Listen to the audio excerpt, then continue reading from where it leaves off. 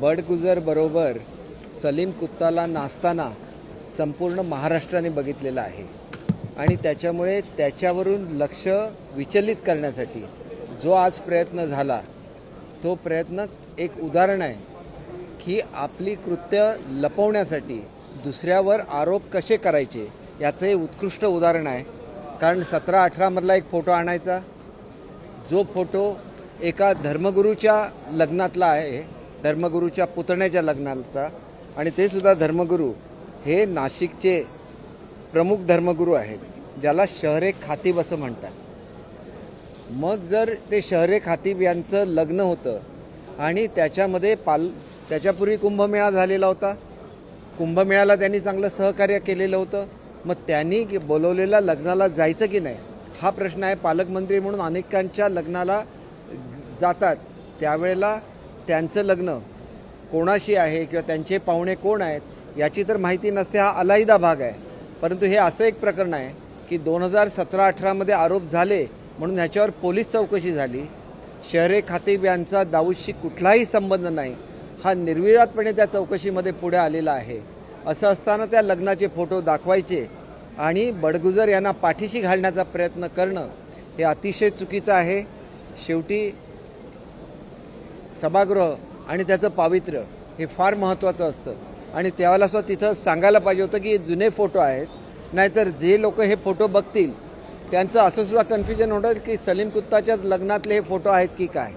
आणि त्याच्यामुळे हे स्पष्ट झालं पाहिजे लोकांच्या समोर, कारण विधानसभेमध्ये किंवा विधान परिषदेमध्ये काय घडतं त्याचं थेट प्रक्षेपण हे सर्वसामान्य लोकांच्या समोर होत असतं आणि त्याच्यामुळे ही सगळी माहिती लपवून ठेवली आणि प्रत्यक्षात ज्यावेळेला उपमुख्यमंत्री सभागृहामध्ये आले आणि त्यांनी ज्या वेळेला ह्याच्याबद्दल बोलले एकही व्यक्ती काही बोलू शकला नाही, ही वस्तुस्थिती आहे।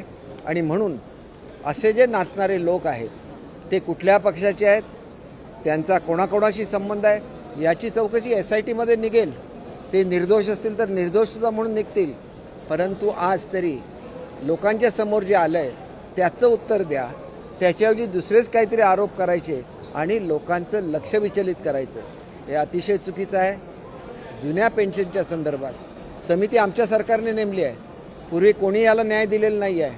आता मतासाठी म्हणून कोणाच्या तरी मोर्चाला जाणं ही अलहिदा बाब असते, परंतु आमच्या समितीने त्याच्यावर सविस्तर अभ्यास केलेला आहे आणि माझी खात्री आहे की हा रिपोर्ट ज्याला समोर येईल त्याला सरकारची भूमिका स्पष्ट होईल की कुठल्याही कर्मचाऱ्याला जुन्या पेन्शनपेक्षा कमी पैसे मिळता कामा नये। हे सुरुवातीपासूनचं आमच्या सरकारचं धोरण होतं आणि निश्चितपणे ह्याच्यामध्ये काय हे आम्ही सांगू शकत नाही कारण ती समिती आहे। परंतु ज्यावेळेला एखादा संप झाला त्याला तो संप मिटवण्याचा ह्याच्यापूर्वी कधी एवढ्या मोठ्या प्रमाणात प्रयत्न झालेला नव्हता।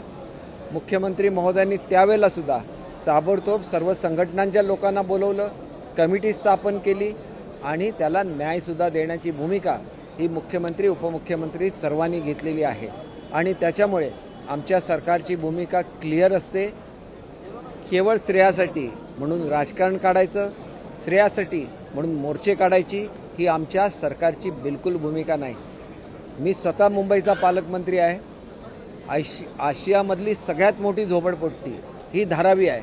धारावीच्या जनतेच्या जीवनामध्ये 4 क्षण ज्याला सुखाचे यायचे असतील त्याला त्याच्या चांगल्या तऱ्हेने नियोजन कसं करायचं, तिथं असलेल्या लोकांना न्याय कसा द्यायचा याच्याऐवजी नवीन काहीतरी विषय उरकून काढायचा आणि जणू काय आम्हीच हे केलं असं भासवायचं, हा प्रयत्न पूर्णपणे चुकीचा आहे। मला एक आठवण करून द्यायची आहे की रिडेव्हलपमेंटचे प्रकल्प 12-12 वर्ष जिथं मुंबईचे रखडलेले होते एका बिल्डरला नोटीस गेली नाही, ती का गेली नाही ते सुद्धा समजलं पाहिजे। आमचं सरकार काय यायला लावलं ज्यावेळेला लोकांना भाडी मिळायला लागली, ज्यावेळेला लोकांना त्यांच्या हक्काची घरं मिळायला लागली। सर्वांना कल्पना आहे की लोकांना हक्काची घरं केवळ हेच सरकार देऊ इच्छितं आणि तसं ते करणार आहेत आणि त्याच्यामुळे या मोर्चांचं प्रयोजन आहे की काय असं वाटण्यासारखी परिस्थिती आहे। मुंबईचा पालकमंत्री म्हणून आमची भूमिका स्पष्ट आहे। मुंबईतला एकही मनुष्य हा मुंबईच्या बाहेर फेकला जाता कामा नये, त्यांना त्यांच्या हक्काची घरं मिळाली पाहिजेत। जोपर्यंत घरं मिळत नाहीत तोपर्यंत त्यांना भाडं मिळालं पाहिजे, म्हणून आता 2-2 वर्षाचं भाडं हे सुद्धा आगाऊ देण्याची प्रोव्हिजन केली आणि लोकांना ते मिळायची सुरुवात झालेली आहे. आणि त्याच्यामुळे मला एवढंच सांगायचं आहे की आजची मी मुद्दाम आपल्याशी बोलायला आलो. हे वरच्या हाऊसमध्ये जे घडलं त्याच्या बाबतीत जनतेने कुठल्याही प्रकारे संशय मनामध्ये ठेवता कामा नये. आपला कोणतरी पदाधिकारी हा दाऊदच्या हस्तकाबरोबर आणि जो सरळ थेट त्याच्यामध्ये आरोपी होता त्याच्याबरोबर नाचला म्हणून दुसऱ्याची बदनामी करणं आता बंद झालं पाहिजे. 17-18चे फोटो आहेत, याची चौकशी झालेली आहे आणि याच्यामध्ये दाऊदचा कोणीही हस्तक आढळून आलेला नाही आणि तेवढंच जनतेला सुद्धा कळावं म्हणून ही माहिती दिलेली आहे. थँक्यू. देश विदेशातील प्रत्येक घडामोडींचे लाईव्ह अपडेट मिळवण्यासाठी आता साम टीव्हीच्या सर्व सोशल मीडिया प्लॅटफॉर्मला लाईक, फॉलो आणि सबस्क्राईब करा. तसंच सर्व नोटिफिकेशनसाठी बेल आयकॉन प्रेस करायला विसरू नका.